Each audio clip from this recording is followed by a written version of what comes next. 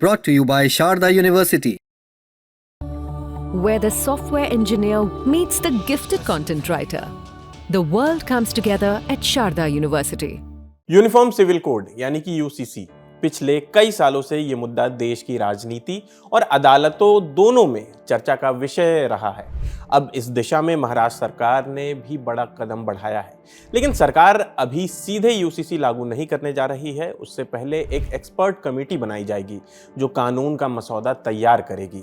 महाराष्ट्र सरकार के मुख्यमंत्री देवेंद्र फडणवीस ने कहा है कि इस कमेटी के गठन का ऐलान महाराष्ट्र विधानसभा के मौजूदा मानसून सत्र के दौरान किया जाएगा और कहा जा रहा है कि इसकी औपचारिक घोषणा अगले हफ्ते होगी। खबर को विस्तार से समझने से पहले शॉर्ट में जान लेते हैं कि यूसीसी क्या है।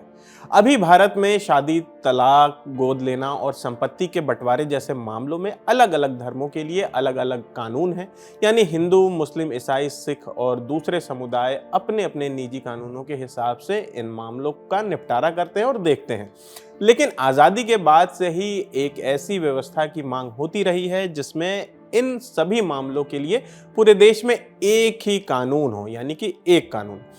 इसे ही यूनिफॉर्म सिविल कोड या यूसीसी कहा जाता है। इसका मतलब है कि कानून सभी नागरिकों पर बराबर लागू होगा, चाहे उनका धर्म, जाति या लिंग कुछ भी हो। अब महाराष्ट्र में इसके लिए जो कमेटी बनाई जाएगी वो मौजूदा कानूनों की स्टडी करेगी, अलग अलग कानूनी दस्तावेजों और सुझावों को देखेगी, फिर महाराष्ट्र के लिए यूसीसी का एक ड्राफ्ट तैयार करेगी। इसी ड्राफ्ट के आधार पर आगे कानून लाने का प्रोसेस शुरू किया जाएगा। मुख्यमंत्री देवेंद्र फडणवीस ने कहा है कि संविधान में शुरू से ही यूनिफॉर्म सिविल कोड की बात कही गई है। उन्होंने डॉक्टर भीमराव अंबेडकर का भी जिक्र किया और कहा कि अगर ये कानून लागू होता है तो शादी, तलाक, गोद लेना और संपत्ति के बंटवारे जैसे मामलों में सभी नागरिकों के लिए एक ही कानून होगा। उनके मुताबिक इससे सभी लोगों के साथ बराबरी का व्यवहार सुनिश्चित होगा और संविधान की भावना मजबूत होगी। महाराष्ट्र से पहले यूसीसी को उत्तराखंड में लागू किया गया। आज़ादी के बाद उत्तराखंड ऐसा पहला राज्य बना जिसने यूनिफॉर्म सिविल कोड लागू किया।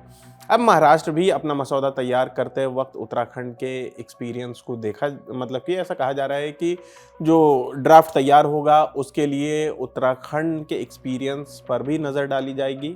वहीं गुजरात और असम जैसे राज्य भी पहले ही यूसीसी जैसे कानूनों का समर्थन कर चुके हैं। अब जाहिर सी बात है कि इस मुद्दे पर सियासत भी शुरू हो गई है। कांग्रेस नेता सचिन सावंत ने कहा है कि यूनिफॉर्म सिविल कोड की बात संविधान में शामिल कराने में पूर्व प्रधानमंत्री जवाहरलाल नेहरू की भी अहम भूमिका थी। उनका कहना है कि मुख्यमंत्री देवेंद्र फडणवीस को डॉक्टर अंबेडकर के साथ साथ नेहरू के योगदान का भी जिक्र करना चाहिए था, यानी कि मामला क्रेडिट से जुड़ा। सचिन सावंत ने यह भी कहा कि संविधान की भावना यही थी कि यूसीसी जैसे कानून पर सहमति बनाकर आगे बढ़ा जाए। इसलिए कानून का मसौदा तैयार करने से पहले कानूनी विशेषज्ञों, वकीलों और अलग अलग समुदाय के प्रतिनिधियों और दूसरे पक्षों से बातचीत होनी चाहिए। उन्होंने कहा कि अगर कानून सबको साथ लेकर और रचनात्मक तरीके से लाया जाता है तो कांग्रेस उसका समर्थन करेगी, लेकिन अगर इसका इस्तेमाल सिर्फ राजनीतिक विवाद या पोलराइजेशन के लिए किया गया तो पार्टी उसका विरोध करेगी। उधर शिवसेना की नेता मनीषा कायंदे ने सरकार के फैसले का स्वागत किया है। मनीषा ने कहा है कि यूनिफॉर्म सिविल कोड का समर्थन उनकी पार्टी शुरू से करती आ रही है। उन्होंने कहा कि बाल ठाकरे ने 3 बड़े मुद्दों पर भारतीय जनता पार्टी के साथ अलाइन किया था, यानी कि साथ आए थे। पहला राम मंदिर का निर्माण, दूसरा जम्मू कश्मीर से अनुच्छेद 370 हटाना और तीसरा पूरे देश में यूनिफॉर्म सिविल कोड लागू करना। इससे पहले मई महीने में असम सरकार ने यूनिफॉर्म सिविल कोड लागू करने के लिए विधानसभा में बिल पेश किया था।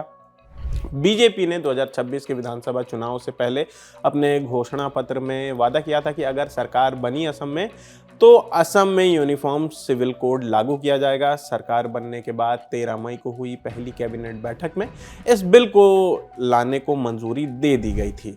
फिलहाल महाराष्ट्र में यूसीसी लागू नहीं हुआ है, अभी सिर्फ उसका ड्राफ्ट तैयार करने की प्रक्रिया शुरू की जा रही है। लेकिन इतना तय है कि जैसे जैसे एक्सपर्ट कमेटी अपनी रिपोर्ट तैयार करेगी वैसे वैसे इस मुद्दे पर कानूनी और राजनीतिक बहस भी तेज होगी। तो फिलहाल इस खबर में इतना ही। आपकी इस खबर पर क्या राय है हमें कमेंट करके ज़रूर बताएं। मेरा नाम आसिफ असरार है। देश और दुनिया की तमाम खबरों के लिए देखते रहिए दी ललन टॉप। शुक्रिया।